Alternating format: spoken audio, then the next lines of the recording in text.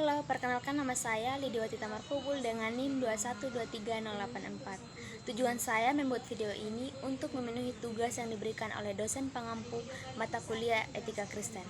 Di sini ada topik yang saya bahas. 1. Pengertian etika. 2. Etika dan moralitas. 3. Etika dan agama. 4. Etika dan etiket. 5. Sistematika etika. 6. Mengapa sering terjadi pelanggaran etika. Nah, kita simak yang pertama, yaitu pengertian etika. Etika berasal dari bahasa Yunani, yaitu ethos, yang artinya kostum atau karakter. Kostum di sini artinya kebiasaan, yang didefinisikan sebagai etika adalah cabang ilmu filsafat yang mempelajari mengenai sesuatu yang dianggap baik atau buruk, di mana ukuran untuk menilai dasar baik atau buruk itu didasari dari akal pikiran kita sendiri. Tentu, kita sering mendengar istilah bahwa yang baik belum tentu baik untuk orang lain.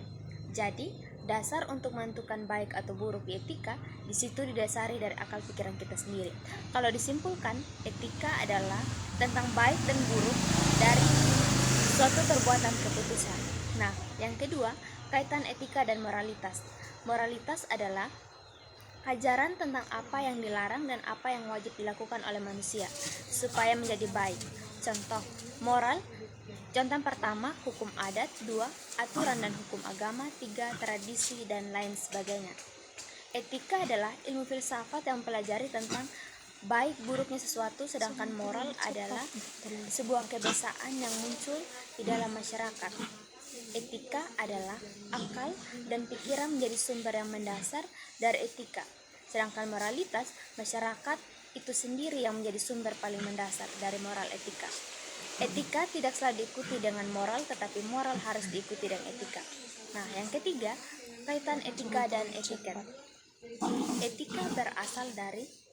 Etika berarti moral, sedangkan etiket berarti sopan santun, sehingga ada ajaran moral dan perbuatan baik.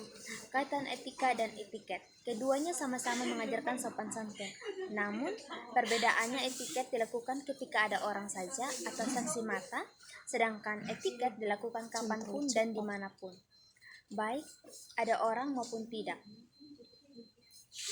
Yang keempat, kaitan etika dan agama. Adanya saling mengisi satu sama lain, keduanya terdapat persamaan, yakni sama-sama menyelidiki dan menentukan ukuran baik dan buruk dengan melihat pada amal perbuatan manusia. Yang kelima, sistematika etika dibagi menjadi dua. Yang pertama, etika umum, yang kedua etika khusus. Nah, etika umum kondisi dasar manusia bertindak mengambil keputusan secara etis. Etika khusus yang terdiri atas etika individu menyangkut kebaikan dan sikap manusia terhadap dirinya sendiri, dan etika sosial yang menyangkut pandangan dunia dan ideologi yang berkembang di masyarakat. Nah, mengapa sering terjadi pelanggaran etika? Yaitu karena kurangnya moralitas atau ajaran-ajaran seorang. Yang kedua, karena sikap egois yang tinggi. Contoh, kurang membudayakan 5S atau senyum, sapa, salam, sopan santun. Nah, ketika kita bertemu dengan orang lain, berikut menjelaskan pandangan pribadi atau tips mengenai bagaimana hidup dengan etika. Berikut menjelaskan pandangan pribadi atau tips mengenai bagaimana hidup dengan etika yang baik. Hidup dengan etika yang baik berupa hal yang penting untuk menjaga hubungan yang sehat dengan orang lain dan lingkungan sekitar. Beberapa pandangan pribadi dan tips yang dapat membantu dalam hidup dan etika yang baik antara yang pertama, jujur dan transparan. Selalu hindari menyembunyikan informasi kepada orang lain. 2. Berpikir sebelum bertindak. Sebelum melakukan sesuatu, pertimbangkan dampaknya terhadap orang lain dan lingkungan sekitar. Hindari tindakan yang dapat merugikan orang lain. 3. Hormati orang lain. Hormati pendapat, kepercayaan, dan hak orang lain. Jangan memaksa pendapat atau merendahkan orang lain. 4. Berkomunikasi dengan baik. Berbicara dengan sopan dan menghargai pendapat orang lain.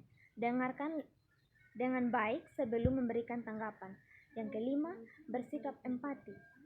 Artinya, coba untuk memahami perasaan dan situasi orang lain. Bersikaplah empati dan peduli terhadap kebutuhan orang lain. Sekian penjelasan dari saya mengenai etika. Terima kasih.